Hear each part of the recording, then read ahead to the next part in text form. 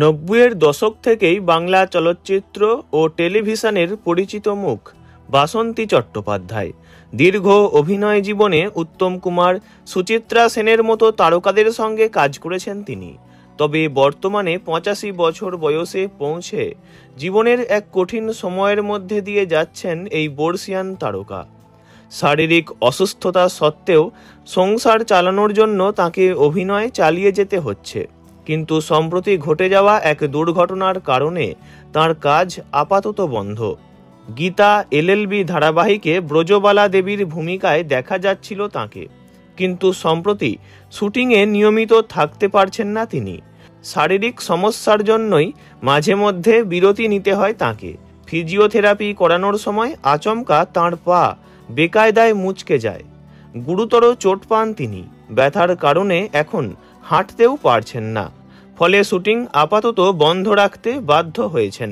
কিন্তু কাজ ছাড়া রোজগারও বন্ধ।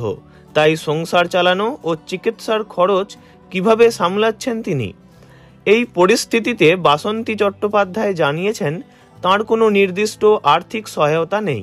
নিজের জমানো টাকা দিয়েই কোনো রকমে সংসারের খরচ চালাচ্ছেন তিনি।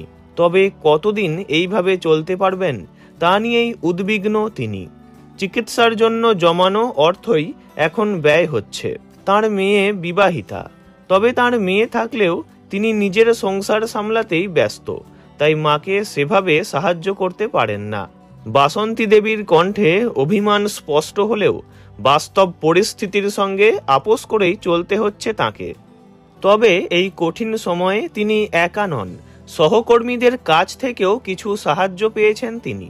গীতা এলএলবির প্রযোজক স্নেহাশিস চক্রবর্তী এগিয়ে এসে তাঁকে 90,000 টাকা আর্থিক সহায়তা করেছেন। অন্যদিকে অভিনেতা ভাস্বর চট্টোপাধ্যায় সোশ্যাল মিডিয়ায় সাহায্যের জন্য আবেদন জানান, যার ফলে অনেকেই সাহায্যের জন্য এগিয়ে আসেন। এই সাহায্যের পরিমাণ প্রায় 2 লক্ষ টাকা। একদিকে অসুস্থতা, অন্যদিকে জীবনযুদ্ধ, দুয়ের সঙ্গেই সমানতালে লড়াই চালিয়ে যাচ্ছেন বর্ষিয়ান অভিনেত্রী বাসন্তী চট্টোপাধ্যায়।